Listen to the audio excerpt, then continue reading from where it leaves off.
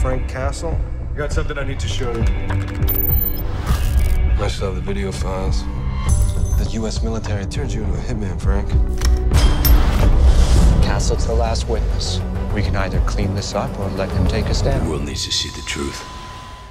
Hey everybody, Punisher is dropping this Friday. This is going to be my non-spoilery review of the series so far. They've only released the first half of the season to critics, so obviously there's a bunch of plot lines that they set up, a bunch of different characters that have arcs that sort of weave and intersect throughout the season that will all come together by the end, or at least that's the idea. If the series works as well as you hope it will, they'll all make sense together and the Punisher will find a solution for everything. So if you're just finding me for the first time, be sure to subscribe to get everything. I'll be doing more Easter egg breakdowns as we get through the weekend, just depending on how quickly everybody gets through episodes. Sometimes people take a little bit longer, like usually people burn through Daredevil a little bit faster than series like Jessica Jones or Luke Cage. But I'll also try to place this in the context of those other series and sort of rank my favorite Netflix Marvel seasons. And I know there's a lot of talk about maybe Disney pulling all of the Netflix content.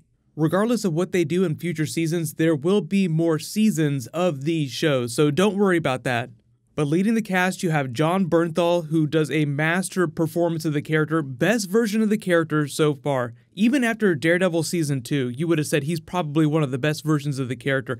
But whereas he's more of a backup character, you only see a little bit of him during Daredevil Season 2. You get like the full enchilada, you get the backstory. They sort of updated it for a modern context. If you read him in the comics, you know he's a Vietnam vet. Now he's a veteran of the war in Iraq and the war in Afghanistan, and just a person having trouble dealing with civilian life. So post-traumatic stress, survivor guilt, those are big parts of his arc. You know about Jigsaw, you know about Rollins, you know about Micro. Karen Page is the primary crossover character. There's a new character that's not from the comics named Dinah Madani, who has this really big story arc that parallels a lot of the veterans' story arcs like Frank Castle and the other people that he meets with. He has a veterans support group that he goes to and interacts with some other characters, so that becomes part of his storyline.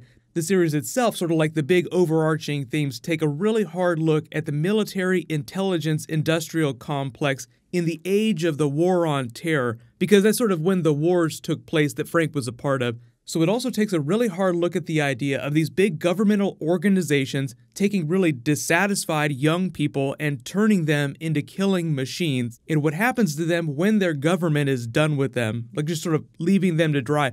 There's a conspiracy aspect to the show. There's something he's trying to uncover. Rollins is sort of the de facto kingpin villain type character for the series, and he was their commanding officer when they were in Afghanistan. They were a military unit like you've seen in the trailers that were forced to commit a lot of war crimes. So part of the conspiracy storyline is them uncovering sort of the larger things at play, where the Rollins character is hiding out, committing all kinds of crimes against humanity, wearing the badge of patriotism. Then as you have all that going on in the background, you have Frank's internal journey as he deals with the loss of his family. Like obviously he's trying to get the people that killed his family, but he also himself did a lot of terrible things in Afghanistan. But the series tries to take a really intelligent stance on violence, like the violence that he enacts as he's taking down even worse people, doing bad things to take down even worse people. I think the message is that he's never going to be absolved of the terrible things that he did, but he'll just become a much more balanced person and he'll be able to put it into perspective. So even though it's a big part of his character, the series in no way condones violence, and that's where you basically get the Jigsaw character because he's his squad mate back in Afghanistan. So they have these parallel arcs where, you know, they both don't quite know how to fit back in now that they're civilians again. Jigsaw just fights that in a very different way from the Punisher.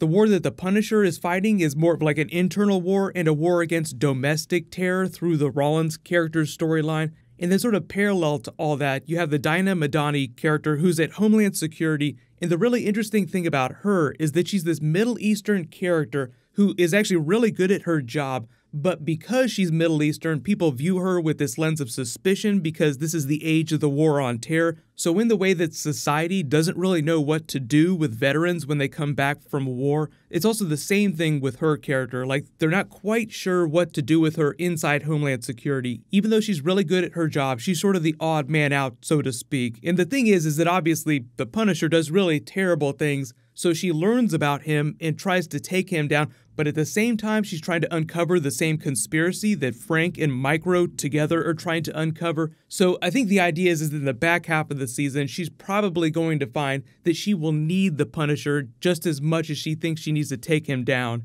So it's one of those push-pull things with law enforcement and vigilantes. Like you have the Daredevil character, the police can't officially sanction what Matt does at night, but they need him because they can't do everything by themselves. But the interesting thing about the way the series picks up is because we haven't seen the Punisher since Daredevil Season 2, like he says, see you around, Red, there is a little bit of visual continuity with the way they shoot the first episode, so it feels very much like Punisher during Daredevil Season 2 before the tone of the series changes just a little bit and you get into core Punisher stuff. So overall, the first half of the season sets up some interesting plot lines. I think a lot of people are just hoping that they all connect by the end of the series. And I think most of the people I've seen complaining about it are mostly complaining about the more violent aspects of the show, especially given the context of what's been happening in real life in the last couple of months. Like they pushed the release just a little bit because of a couple very public, very tragic shootings. But like I said, the series actually does take a very intelligent stance on the idea of violence and the reason why the Punisher does the things that he does. Probably one of the best characters besides the Punisher, though, is Micro. So like most people are thinking about Karen Page because you know her from all the other series. If you know Micro from the comics, this version is a little bit different, albeit he feels like he's right out of a Garth Ennis comic. And obviously there's a lot of Punisher Max within this series, but it pulls from a bunch of different places. So you have Punisher War General, Punisher Max, Punisher proper, so you don't have to read any of the comics, but if you're a big Garth Ennis fan, there's probably going to be a lot more Easter eggs as we get through the series. But I think the series really does pick up once Punisher starts working with Micro, once they start bouncing off of each other, because the Punisher character usually works best when he's a backup character. It's a little weird to see him take the forefront, so that's why I think they're going to try as hard as they can to use Frank in the other series going forward. Now, they haven't confirmed where he's going to pop up after this season, but the thing that the Netflix series have been doing for the last couple of years is that it doesn't always do a new season every single year. Sometimes it's every year and a half. They probably won't drop that Born Again arc till this time next year. My guess is that he will pop back up during that because, like he said, see you around Red, that see you around part will probably be the Born Again storyline next year. So what'll happen is I'll talk about how the series is connected in more specific ways, Easter eggs, and how they connect to the Marvel Universe when I start doing Easter egg stuff this weekend. So be sure to check it out. All the episodes drop Thursday night, midnight Pacific time.